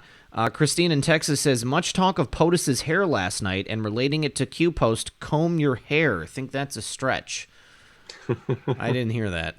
Yeah, I didn't hear that either. I missed the town hall, so I got to catch up. I did too, man. Baby Yoda, thank you once again. Social Observer says, why didn't Barfa ask who Q is? Probably, you know, I would imagine, you know, maybe even if she had wanted to ask, they probably would have told her not to ask. I think he has a particular relationship with Fox, and I think that they want that question to come out at the right time. And if it's not the right time, they're not going to allow it to be asked. What do you guys think? Yeah, they're not ready yet. They're definitely not ready yet, or else I think we would have seen it asked by now. I mean, there's no way that it doesn't get asked unless there's specific direction, you know, from the White House not to ask it, especially from like the Fox News perspective. Because I mean, if you saw Martha's tweet about what should she ask President Trump, I mean, at least half of the responses were about Q. I mean, how long can they pretend like this isn't a thing worth asking the president about? But yeah, I mean, they're still not letting people with Q shirts into the rallies. If they see you, I think they'll have you change. Yeah. And what was really telling to me was when that veteran was carried up to the front row. I can't remember which rally it was. You know what I'm talking about? There was the where Jason and that guy carried the vet. Right. Yeah. So the one guy carrying him, had a Q shirt on. Oh, that was Jason. Yeah. Yeah, and then they had him change it because President Trump was going to acknowledge him during the rally, right? Yeah. So that to me said, okay, if they're going to ask him to change that shirt, knowing that President Trump is, then they clearly are avoiding this still. So as much as we'd all love to see it, you know, the plan hasn't quite called for it yet, or it's not that we're not at that point yet for sure. Yeah. And I don't suspect we will be for a little while yet. Definitely into the second term. All right, and then Mike Q says Q post 3016 and 168 illegal immigrant maps and Red October signature. The best is yet to come. Dark to light. I'd have to pull him up to take a look at it directly. Son of a Green Card says, I was talking to my dad today. Prime Minister Modi might need a deep dive. A very dark history, and the current conversion laws are very disturbing. Instant jail time if you are reported for trying to convert or suggest going to a meeting that is contrary. Now, are you talking about convert from the political party, or are you talking about converting from Hindi? I don't know. Son of a Green Card, thank you for the super chat. I would like some more background on that one, though. Somebody mentioned earlier that the guy that was the former IG that was indicted had previously been working with India, and it was interesting that President Trump just visited India, and then this guy gets indicted after he comes back. That is interesting. Yeah, probably not a coincidence, honestly. Probably not. Probably not. All right, going on to Bales. Bales is our next caller. Bales, are you there? Chat. I would. G'day, boys. How you going? What's that? G'day, boys. How you going? Hey, how's it going? Yeah, not too bad. Excellent. Good to hear from you again. Are you? Is it late? It's late there, isn't? Or is it early morning? No, it's 3:30 in the afternoon. Oh, sweet. Okay, cool. All right. Just a little on that George Webb. I've been looking. Some people say stay away from him, that George Webb, and but he's got some fascinating stuff. He's doing a deep dive at the moment into all that stuff with Peter Strzok and his father, and what they were doing with weapons and decommissioning jets and ships, and what happened to all the weapons that were on these things, and nobody knows. But he's got some really good info. I'm not going to lie. I've watched George Webb quite a bit. I try to stay away from controversy on the show. And some people on YouTube like to get into it with other people. And when I see that happening, I instantly shy away. But, you know, no knocking information, though. I definitely love information. 412? Yeah, I don't know much about George Webb, honestly. I haven't watched much of him. But Peter Strzok is an interesting guy for sure. You know, with his upbringing, his connections to Iran and whatnot. He seems like he's kind of a linchpin in a lot of the corruption that was going on in the FBI. And I mean, obviously he was a focal point of the coup attempt against President Trump. So again, I don't have anything really to say about George Webb, but if he's digging into Peter Strzok and exposing more about the guy, I think that's a good thing. Yeah, so. He's worth a watch. Definitely worth a watch. Yeah. Well, he does a real good dive into Strzok and his father. His father's really involved in it all, and it goes to Pete Buttigieg as well, and his service, whatever he had in the army over there, and even George Papadopoulos, you know, all about this Mossad and Malta, and where they all grew up and learned all these other languages and that. It's just fascinating. It really is. George Webb does some incredible deep dives on a bunch of different things. I did not agree with his take on General Flynn. We differed on that, but you know, I don't know. Maybe he thinks differently now than he did the last time I saw him talking about it. But yeah, Peter Strzok's father, you know, worked in Iran. Peter Strzok was raised in Iran. I think that is very interesting. We had a lot of people in the last administration who were directly connected to Iran, and it's definitely worth a look. Yeah. Yep, that's for sure. So, all right, I'll let you get to your other callers, mate. Thanks very much, and take care. Thanks for all you do, everyone on there. Thank you, Bales. Appreciate you calling, buddy. Yeah, thanks for calling in. I will talk to you soon. Bye-bye. All right, awesome. Thanks for the good calls tonight, you guys. And Son of a Green Card says that yes, it is related to religion. So that is strange. If you're caught converting from one religion to another, then there's possible jail time. Maybe it has something to do with people, converting as a cover or something like that. That is strange. I mean, if you're a Muslim and you convert to Hindi, or you're Hindi and convert to Muslim, there's quite a lot of bad blood there. Let's see. Nevermind Crabs says, mainstream media getting sued for libel. Let's clean up our own community and ask Space Shot to quit spreading false news about Michelle Obama's gender. I don't know. I don't know what he said specifically. But Space Shot, if you're listening, why don't you come on the show and we can talk about it? But never mind, Crabs. Thank you for that. Appreciate it.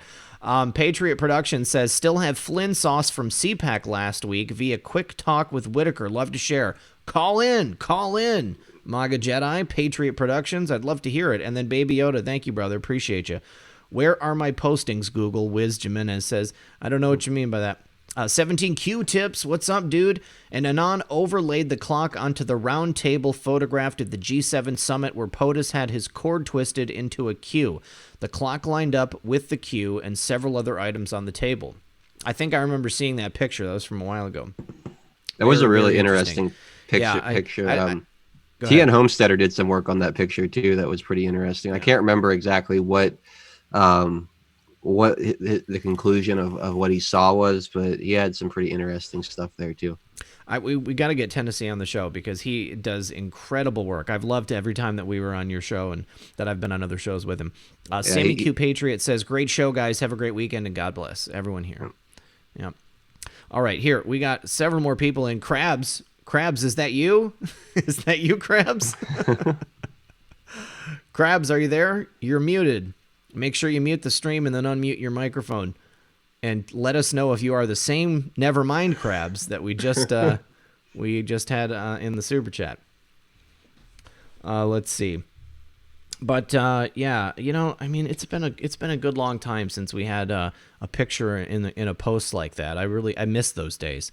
I missed when we were getting the pictures like outside of that building and the people coming and going. Oh man, that was exciting. I remember sitting there watching those show up. Oh man. Yeah, that was pretty early on too. Mm-hmm. With the window blown open and everything. Yeah, I remember those days. Yeah, good stuff. Crabs, where are you, buddy? We're not getting any sound. Well, maybe Crabs is not actually on the line and just left their phone connected. So, Drunk Pinata, another friend of the program. Drunk Pinata, what's up, dude? How's it going, guys? Good. How about yourself?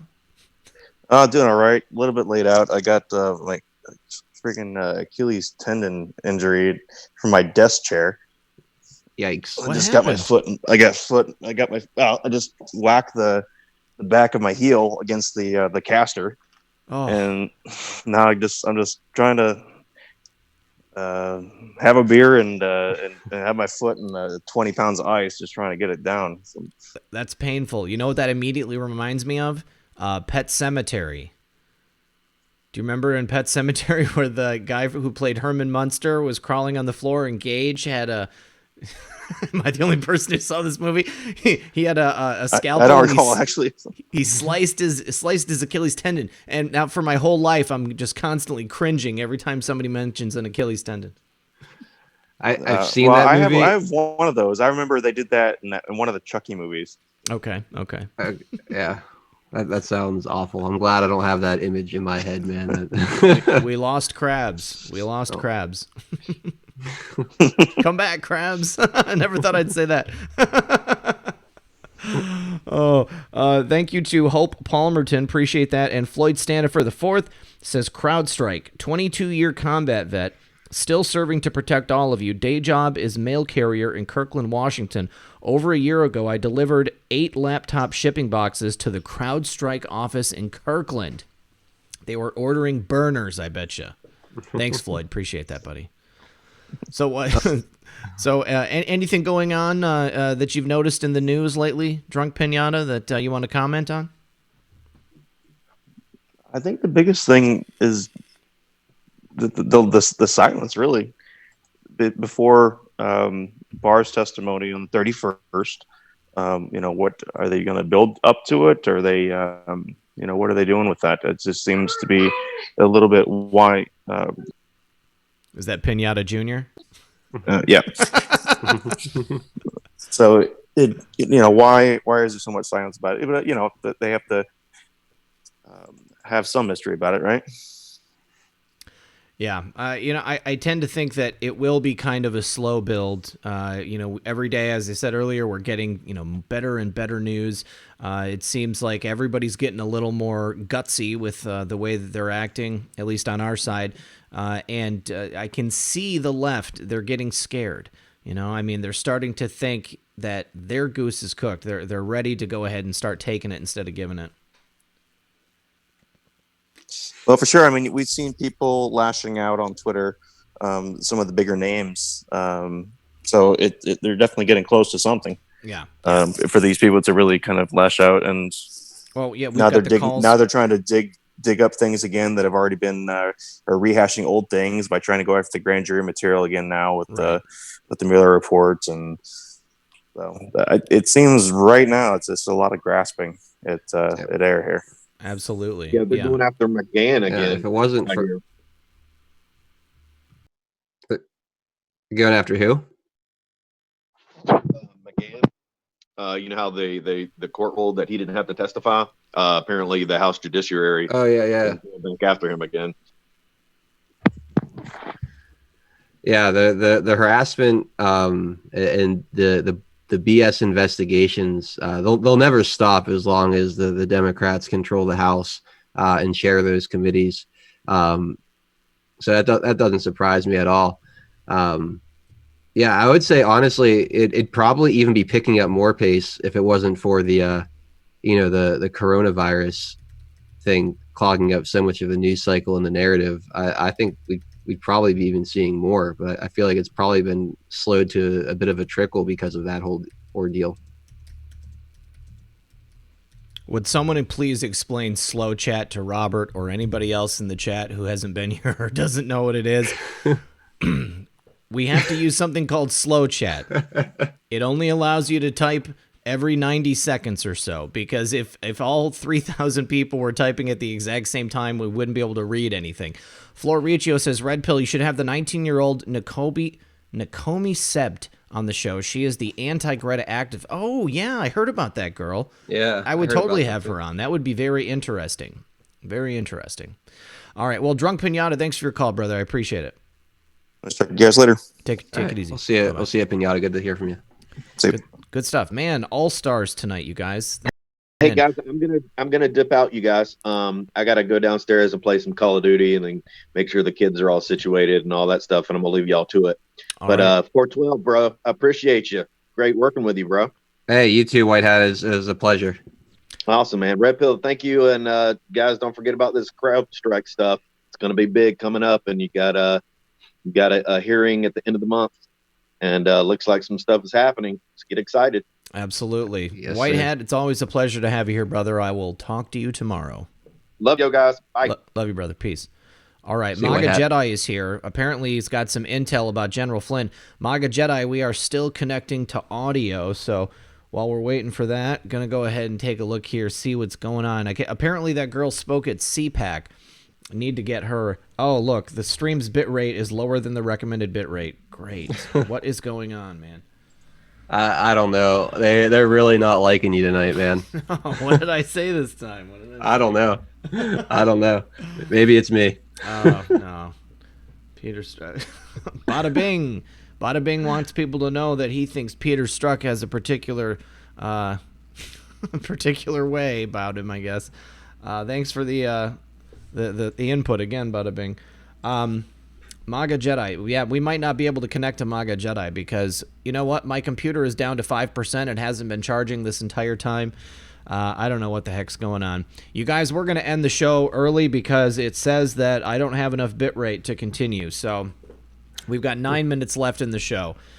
So we're just going to go ahead and sign off. I appreciate everybody's patience tonight. I don't know what's going on. It looks like my computer is crashing again. So whether or not you can hear me, 412 Anon, thank you very much for coming on the show tonight, buddy. Hey, Red Pill, thank you so much for having me, man. I really appreciate it. And yeah, if I could just say, if you guys want to hang out some more, I do a show Monday through Friday on my channel, We the People Insider. It's on YouTube. We the People Insider 1776. We go live 4 to 5 p.m. Eastern time, Monday through Friday. With I got a great panel of guys that join me every day. So I hope to see you guys over there. Red Pill, thank you so much. I really appreciate you having me on, man. Thank you for being here, as always. You guys go subscribe to We the People Insider. Criminally undersubscribed. These guys are awesome. 412, you do a great show. I love you, brother. Follow him on Twitter as well. What is it? It's 412 Anon? Yeah, at 412Anon87 is my Twitter handle. So yeah, hope to see you guys over there on Twitter. Hope to see you there over my live chat on We the People Insider. Yeah. Hey guys. Hey MAGA Jedi, we're back to an excellent connection. Okay, I guess give us the intel. We already said the goodbyes. Oh my gosh, man! I don't know what's going on. Things are really lagging. Yeah. Go ahead though. What's going on with General Flynn and CPEC? Well, I posted a couple interviews I did while I was there last Wednesday, and Wednesday night I was kind of following people around, and I saw Matt Whitaker. And he was heading off to the VIP dinner, which I did not have tickets for. And I just said, hey, man, can I get a few minutes to talk to you about General Flynn? And he's like, about what? You know, he was kind of like, who the hell are you? Right. Yeah, he's a big guy.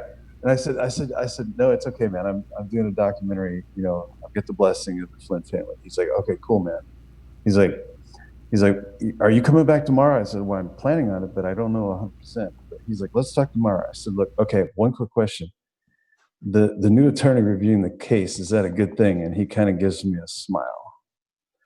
So that kind of, you know, he's like, you know, there's things I can't say, but you know, it was a knowing smile. So I'll take that as a positive thing. And the other cool update, you know, I'm still doing a lot of pre-production work, but there is a chance I may be able to nail down Adam Baldwin to do the narration on the documentary. So that's very kind of cool, dude. Yeah, so still working some stuff out, lining interviews up, and it's a lot of legwork, but that's what pre-production is. Most def. Awesome. All right, dude. Well, sweet. Thanks for calling in with that little tidbit. I love it. Matt Whitaker is somebody that I would love to run into in a hallway. Yeah, right? Yeah. He'd be pretty sweet. As long as you're on his good side. Yeah, no doubt. Exactly. And check out the interview I did with Tony Schaefer. It's on my YouTube channel. He was spooky. He's really frank. Yeah, the things he said in the interview is hilarious. And I also got an interview up there with Patrick Halley with some good stuff. So you guys should check it out. Sweet. I will definitely. I will watch it tonight. All right. Check you guys out later. All right, brother. We'll talk to you soon. All right. Bye. All right. Take it easy. See you, MAGA. Bye. All right, sweet. Okay, so 412, once again, thank you very much for being on the program tonight. Thank you to the audience. Thank you to everybody who donated to the program tonight. I do appreciate it. As always, this has been Red Pill 78. I am the Corruption Detector, and this was your Red Pill News for Friday Night Livestream with 412 Anon. Good luck, everyone, and God bless.